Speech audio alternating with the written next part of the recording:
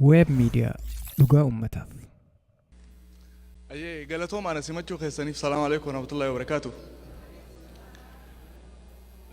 Daqiiqaa 30 qabaansaa hangizee hedduu daqiiqaa natti xiqqaatti yoo naasoo keessaa waan naasoo fi waan biraatii miti. Wanni ara dubbachuuf fedhu maali? Dhugaan teenya maaliif baddee? Dhugaan Oromoo maaliif baddee? Kana jechuun fakkeenyaaf wannummaan Oromoon Harargee addunyaaf gumaachiti. Ka addunyaa irraa harkaa qabdu maali ni beektani? Waa hedduu jira. Waan hedduu. Ka ambitii hin qabnuuf nutti illee hin haftu. Fakkeenyaaf biyya tanaan namni yeroo dhufu asaayilama gaafata. Deen asaayilama isaa irraa fuudhaniiti giriin kaardii kannaniif. Permanent resident jechuudha. Achi booda nama kana fuudhanii sittiziina godhanii mire tartiiba sadiin deeman. Wallahi tartiiba kana Oromoo Harargee jalaatan. Suuritti isin himi akkaataa ta'een isin himi. Namni tokko yoo gosa galu dhufaniiti abalu gosa nagalchii jaan. Gosa isaa wali qabeeti ambayyoo abalu gosa nagalchii je'ee naa dhagayaa jaan.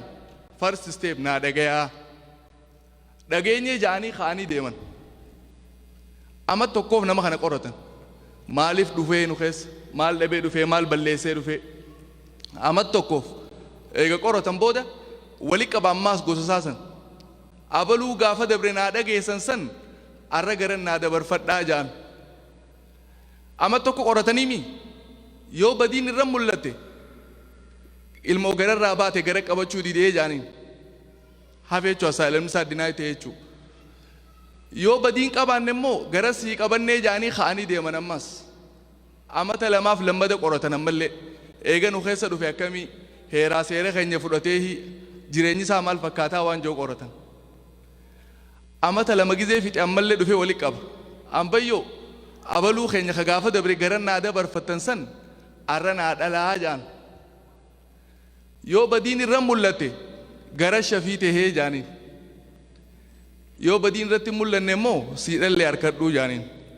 Yeroo san barcuma fidanii kaa'aniiti jaartiin nama sanii deema fuutee afaanitti dibdi. Ilma gudeedaa dhadhaan deengiyanii miire.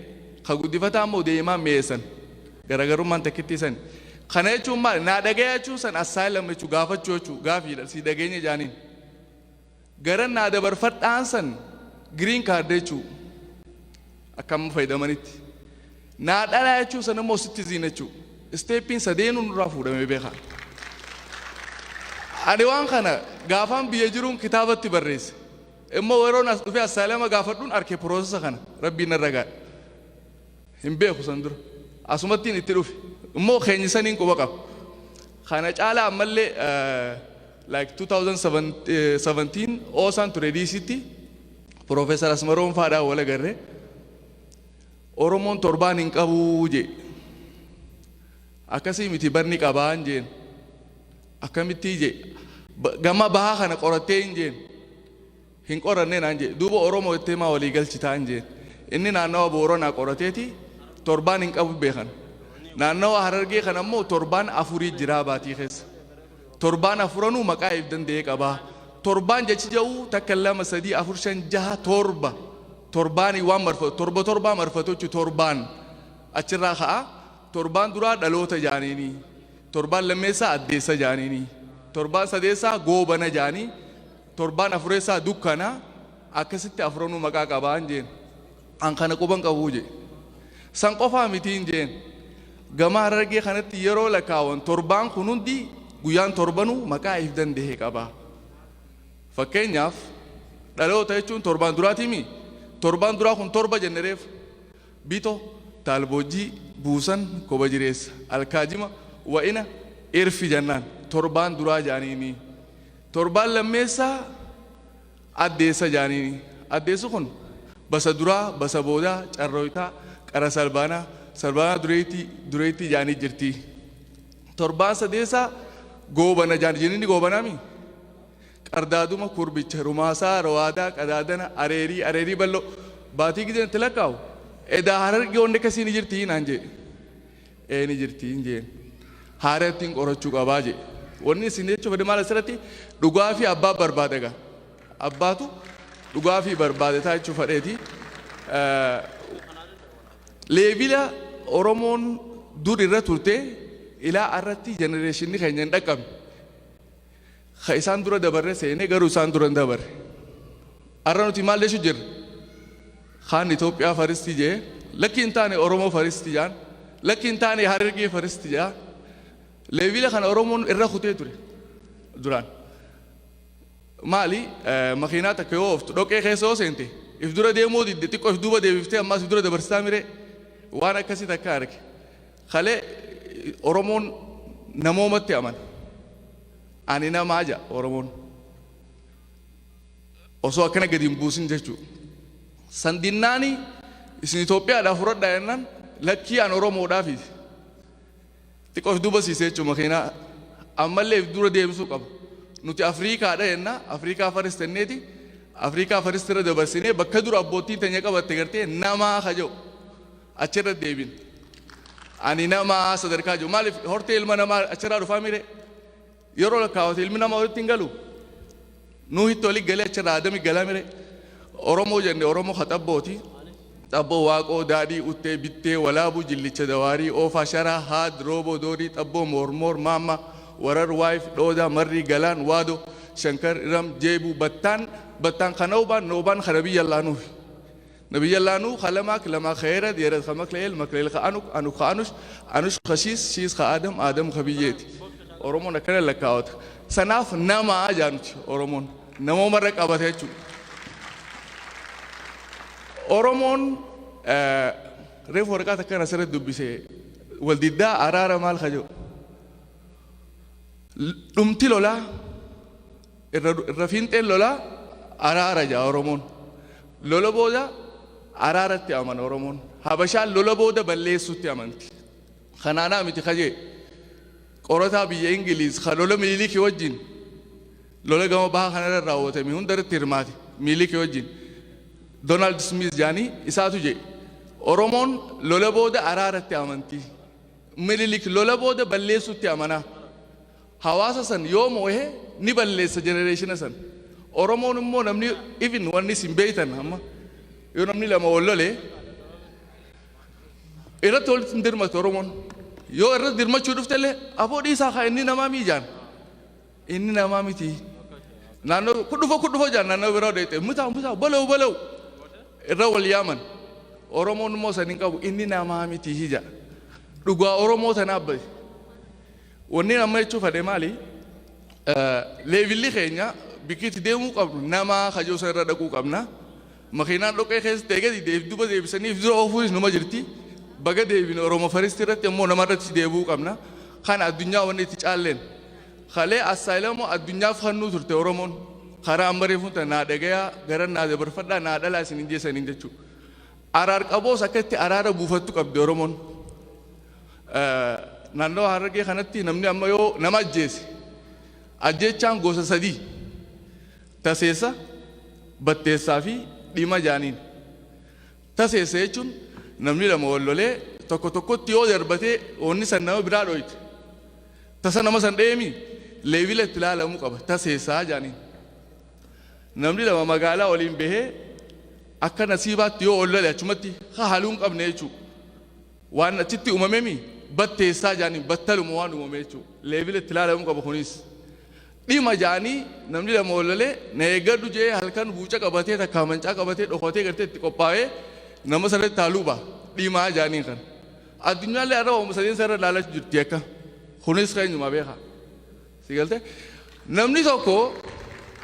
namni tokko yoo wal ajjeesallee akkaataa itti dhiiga baafatu qaba waan abbaa keetiitti siimu jira bee waan abaabiileen ta'e qabaachuu turteen siimu jira dhiiga akkamitti baafata si galte namni tokko nama ajjeese tartiiba sadii qabaachiitillee labii kafan imimmattii fi agaajuma jaanii jira. Labii kafan jechuun namni tokko yeroo inni du'e horii tokko qalanii nama saniin awwaalan. Labii kafan jaanii san booda taaziyaa ta'an jechuudha. Achi booda guyyaa 15 booda loon 15 horii deemuu hin dandeenye warra nama irraa du'e saniif fidan. Imimmattii jaaniin imimmaa warra sanii qoysuuf 15 kun. Achi booda baatii muraasatti qabataniiti loon arra dhalates akka takkaan lakkaawamaa fi 85 fidanii dhufan. Kana agaajuma jaaniin 85. 85 agaajumaatii fi 15 imimmattii walitti meeqa? 100. Gumaan nama tokko horii 100 Oromoon achirra kaayate. Kuni qarooma abbaan kee halee qabaachuu ture ka'ate irra quban qabne jechuudha. You have to find a lot about Oromos. Waan Oromoo hedduudhaan hafa jechuu fedheetu wanni irra haasa'uu qabnu. Halee Oromoon akkamitti if beekaa yoo akka Oromootti fudhanneetu akkamiin naannoo isaa beekaa. Uummanni hoo Oromoo akkamiin beekaa waan jedhu ilaaluu qabna. Fakkeenyaaf an kan yaadadhu social study kutaa 7 gubbatti akka amma baasanitti jechuu gaafa anjolee achi gubba maal jaa Oromoon bishaan irraa akka dhufe barreessa. Yaada san abba bareefa barreesse barreessitoota uummata Habashaa jechuudha. Oromoonis an bishaan irraa hin dhufee jee aman. An bishaanuma irraa hin dhufee jee aman Oromoonis. Isaanis beekaati isaan negatiif godhuu fedhan. Garuu dubbiitu dubbii dhugaati dhugaa Oromoo bati. Rabbiin maal jaa Quraanatti innaa khalaqnaa min almaa'i kulla shay'in hayyin jaa. Bishaan irraa waa hunda uumne jaa. Dachii irraa uumame ta'e dachiin tun bishaan irraa uumamti. Oromoon akkitti amanu duraan dhugeeffata Oromootti dur waaqa tokkootu ture jaa. Waaqa tokko dur ture kophaa isaa. Inni kun bishaan uume. Bishaan san walaabu ja'amaa maqaan isaa. Bishaan Waaqayyoon dura uume san. Walaabu kanaatu bakka lamatti bahee. Bishaan gubbaatii fi bishaan jalaa ta'e. Bishaan gubbaa bakka sadii beeti qoloo ittiin Oromoon samii jaan uummanni Arabaa. Qoloo fi duumessa ibsaa urjii fi kanneen waan hedduu jiru. Ta'ee hagadii kunis dachii fi bishaanitti adda bahee. Bishaan lafaa san keessaa guyyaa bita qaraa uumaan horoo jedhamtu baatee bishaan san keessaa. Horoo jechuun aadama jechuudha. Sigalte bahee mil'uu waaqaatiin horoon san bakka lama bahee jaa Oromoon. Akkana dhugeeffachuu ture Oromoon. Amantii mataa isaa qaba hatti dhugeeffachuu ture. Kanaaf irra duulan uummanni qarooma isaa san jechuudha. Namooma qaba gaa. Ani namaa ja'a mire. Even amma dhiyootan waan deemu jiru maali? Oromoo koo bamaadheeffataa baguddifachaa jaaniituma irratti bandiin bazzaa waan akkasitti akka jaan sigaltee hinaaffaadha isaa waan hin qabneef. Oromoon ilma dhukkee qaba, ilma mitii qaba, ilma guddifachaa qaba, ilma gudeedaa qaba. Sigaltee ilma mitii jechuun hadhaalanii firraa darbanii lafaa fuutee guddifattu jechuudha. Yoo raala baate harkitee mitii irra deemtu fuutee guddifatte ilma mitii ilma kiyya jee fudhata. Namooma beekaa. Ilma dhukkee jechuun duula ganda tokko deemanii yeroo ganda san cabsan namni ilmoo facaasee fiigaa miree ilmoo san ilmoo diinaati jee ilmoon bofaa bofa jeen ajjeesu Oromoon ilma dhukkee jee fudhee maxxanfata. Siyote ilma guddifachaa hakaree hundana tartiibatti seenan san asaalama isin hima san ha gudeedaa ha jaartii irraa dhale. Sigalte namooma akkanaa kana qabaachuu ture Oromoon. Even ilma funyooti jira. Ilma funyoo jechuu dhageessanii? The unique Oromoo keessa malee addunyaa tanatti mul'atee hin beeku. Oromoo keessa malee ilma funyoo. Ilma funyoo jechuun funyoo ni beektanii mire? Haadee jechuudha. Abbaan kiyya ana qofa yoo qabaate namni tokko dhufee ana na ajjeese. Abbaan kiyya ilma malee hafee bara. Gosatti iyyata. Gosti tan gosa gurbaa sanii yaamaniiti abaluun keessan hidda nu ciree nu haa adabamuu jaan. Adabbiin Oromoo nama jeesanii jeesan. Leevila saalaalanii jechuun akkaataa saalaalanii. Kana namni kun dhugaadha balleessee haa ajjeefamuu jetti gosti nama sanii gaa. Ana baaxilin ajjeesee mire. Yeroo nama kana ajjeesuuf fannisan ni fannisan. Osoo lubbuun nama sanii irraa hin baane abbaan kiyya dhaqee haada san irraa mura funyoo san. Nama san fuudhee ilma isaa godhata bakka kiyya buufata. Ati nama ilma kee ajjeese bakka ilma keetii ni buufatta. Leevila humanity Oromoon irra geesseetu san ture. Ilaa irratti ilmi namaa irra ga'uu hin dandeenye waan kanarra. Nama ilma kee ajjeese ilma godhachuu jechuun hanqamta akka nama suufanneessu agartanii leevilli Oromoo hanqas takka deemi. Haarra Oromoo xabbaab jaanii wallaala isaan beetee jibbisuuf irra uuman kanaa miti.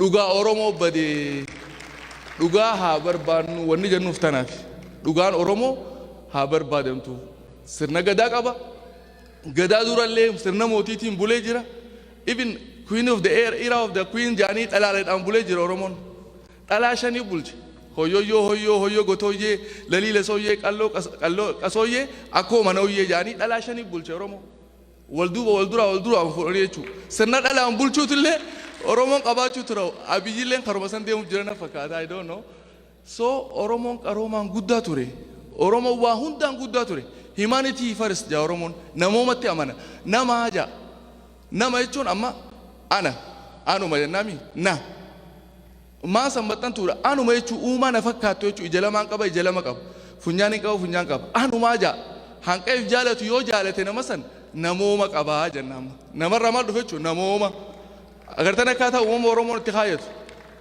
so wanni dhaamu fadhu maali ani Oromoon aadaa gabbattuu qaba namni biraa akkana qabuun agarreen dhageenyaan immoo dabsanii nutti himu jiran dhugaatii enya tana barbaaduu qabna osoo wanni kiyya deegaan hin dhumne ergaan xiqqoo takka taniin dhaamu fadhu leevila abbootiin teenya bu'aa barnootaa jettu abbootiin teenya ni beeyti kalee gizee amma ijoollee xixiqqoo taphachiisan hibboo hibbakkaa jaaniiti manguddoon gaafatiin ijoollee toora galgalaa kan oli qabanii hibboo jaa hibbakkaa waan akkanaa naa beekaa hin beekuu gizee jee maal jaaniin biyya naa kanni maaliif wallaalaan maal godhaga biyya isaa dabarsee kan naga kabeekoo biyya irraa fudhateeti barnoota isaa kanaan deebisaa himaaf jechuudha maal ijoollee barsiisuu jira jechuudha Oromoon bu'aa barnootaa namni barate biyya qabaa hibboodhaan uummatee barsiisuu ture har'a nuti leevila sanni jirra hin jiru kalee Oromoon beekumsa qaba kalee amma reefu isin hin jeesan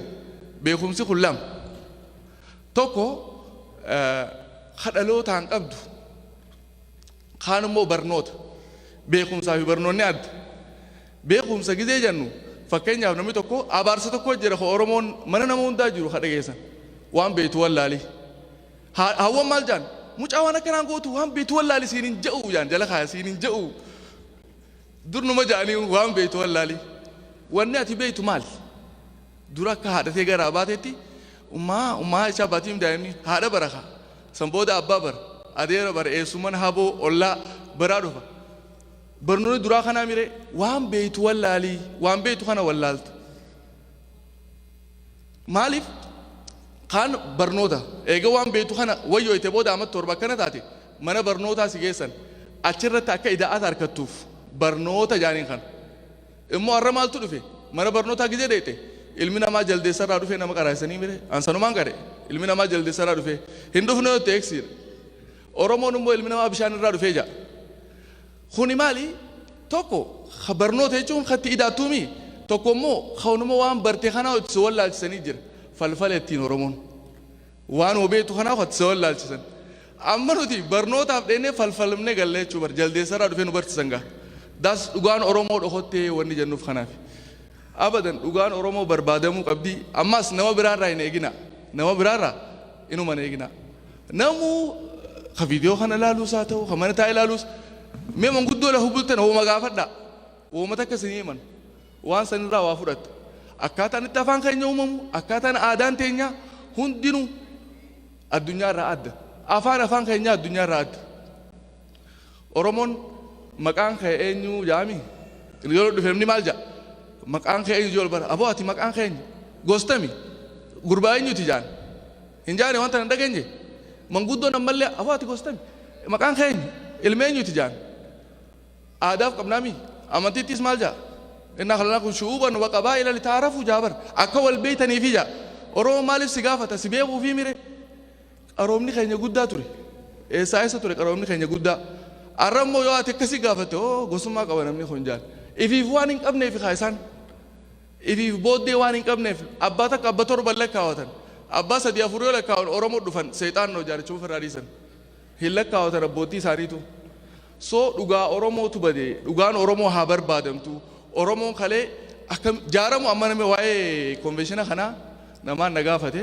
akkamiin ilaaltaa naan jaan aboo an akka nama dhuunfaatti Oromoon jaaramu ittiin gammadaan jeen akkuma fedhetti haa jaaramu maaliif namni jaarame wali fiduun laaftuudha nama faca'e immoo wali fiduun ni ulfaatti adda facaaha yoo bakka takka jiraate immoo humna ta'a waan fedhe naa ijaaramu kalee Oromoon jaarraa 11ffaa 12ffaa keessa hedduu irra roorisaa lafisaatiin irraa fudhatanii amantiin adda addaa amantiin islaamaa amantiin kiristaanaa hundi irra dhufte eenyurra walalan Oromoorra walalan Oromoon qabaataa waan ta'eef lafaa fi aadaa fi amantiillee waan qabaachuu tureef isa kana jijjiiruu irratti hundinuu gahee mataa isaanii baatan yeroo kana Oromummaan baddee jechuudha kana riikavar goosisuuf damdamachiisuuf jechuudha jaarraa 15ffaa Oromoon walitti qabame baaleetti walitti qabame akkamtu nu wayyaa akkamitti diina kana ofirraa dhoorkuu dandeenya jaaramu murteessuu ta'uu isin eemusuuf yaha maal godhee sulula Rift Valley kanaatu Oromiyaa bakka lamatti adda baasa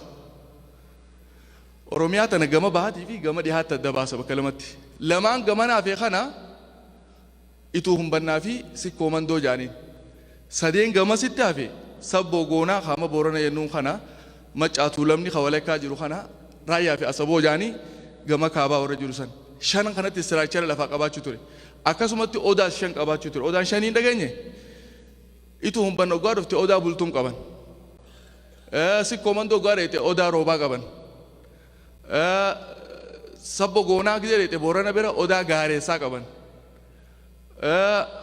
maccaa fi tuulama walakkaa jiru odaa nabee qaban raayyaa fi asaboo gidee dheete odaa makoodii jaamu qaban odaa shananiis ni qaba akkasitti lamaan gamaa fi kana maal jaan barii aantu warra gama barii aanu jechuudha warra gaman iyyuu sadeenoo maal jaan manitti aduun gidee asii baatu booroon jennuuti booroo aanaa warra booroo jiru sadeen jechuudha warra barii jiru lamaanii fi warra booroo jiru sadeen booranaa fi barii aantutti jaarraa 15ffaa wal jaaree lafaarra Oromiyaa jennuun tana asiin hafe jechuudha Oromoon jaaramiinsi murteessaa yeroo dheeraa maal dhaga'u turre waldaa maccaatuu lamaa waldaa sikkoo mandoo hin dhageenye istiraakchara duraanii sanii kamtu hafe jechuudha amma waldaa ituu humbannaa sabboo goonaa maccaatuu lamni jira raayyaa fi asaboo achitti deebisuun san barbaachisaadha jechuudha abbootii teenyaa qaroomaan nu dursu ture egaa namooma waan qabaniif isaan leevilli isaan itti ilaalan gizee hundaa'u namooma waan jiru qabdi abbootiin teenya maxxantummaa fi gartee xabbaabii fi waan uummannu hin jiru kana Oromoo gonkumaa yaadeen beeku qulqulluu kanarraa namooma waan jiruuf leevila sanirratti ifaa hubannuu jechuu barbaadeeti jaaramuu yeroo hunda murteessaadha yeroo hedduu wanni ka'u maali waa'ee diinagdeetii ka'a no Oromoon waa sadeen nuu kufee jira diinagdee qofaa miti hawaasummaa hin jaaramne adda faca'ee jira jaaramuu qaba jechuun dhaaba siyaasaa jaaramuu qaba jechuu miti wal quba qabaachuu qaba wal hubachuu qaba jechuu gura tokko hawa hin dhaga'u qabaachuu qaba daas jaaramuu jechuun san booda liidershiippiitti dhufa gaa liidershiippii isa maqaa baafatee caaseeffama godhatee akkamitti akka wal jala deemu ni beeka san manguddoo irraa fudhachuu dandeessan caaseeffama isaa ammoo katti aanu ikonomikaalii diinagdeen waan irraa haasa'uu dandeenyu miti waan karaa dheeraati bunaa fi jimaan asii dhiisii kuduraa dinnichaa fi timaatimii fi kanaahu Jabuutii ergan amma Moojoo irraa Qaallittii irraa Asallaa irraa hundarraa Harargee dhiisii bakka hundarraa Oromiyaa irraa Dirree Dhawaa dhufa dinni kuduraan gizee bitan baadiyyaa irraa kaashi bitan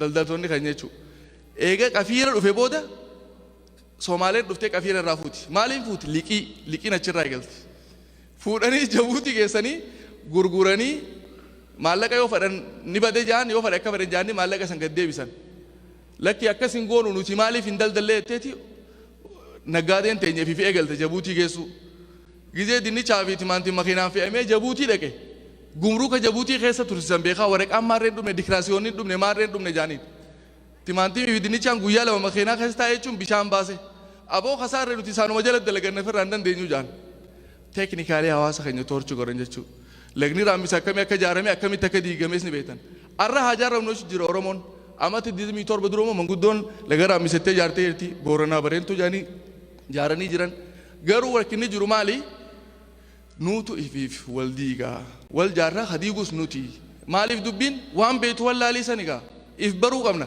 gaafaan an if bare obboleessi kiyyaas if bare san booda wal barreechuun lamaan an osoon if hin barre yoo isa barbaaden ta'u waan fokkottuu taate jechuudha sigalte so if barbaadu qabna if barbaadu fummo seenatti deebi'a Oromoon halee akkam ture akkamitti if beekuu ture sigalte maalummaa Oromoo kana Oromoo jechuun maali gadaa jechuun maali hiikan qabu maquma akkanuma deemu hiikaa qaba hundinuu amma Soomaalee yoo ta'e irraa ilmoo jechuun Soomaal wayyaanee jechuun shiftaa jechuudha.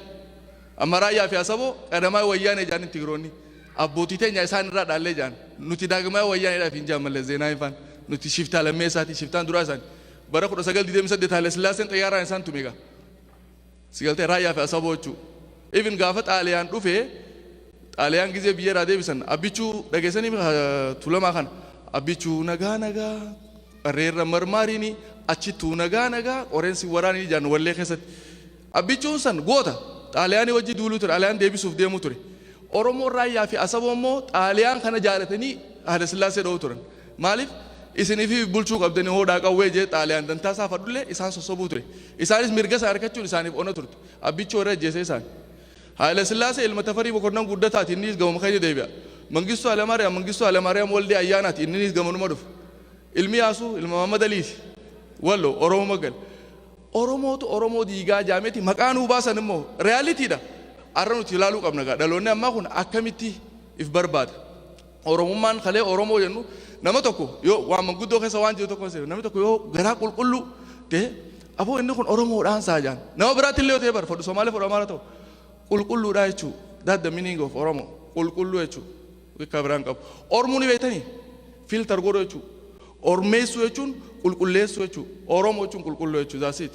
Gadaa jechuun akka uummanni gaafii daajanii no afaan Oromooti nuuf himanii afaan Oromoo gadaa gaaduu ni beektanii horii gizee aannan irraa ilman miila isaa haadaanidha ni gaadiyan gaaduu waan takka eegumsa sirna eegumsaa jechuu bar sirna gadaa hoggaa jennu gaada jechuudha. Sigalte waan definition biraa ittiin uumanii nu himanii miti kun waan abbootii teenyaati. So we have to find the truth jechuu fedheeti isin dheeradhee galatoomaa umrii gaarii qabaadhaa.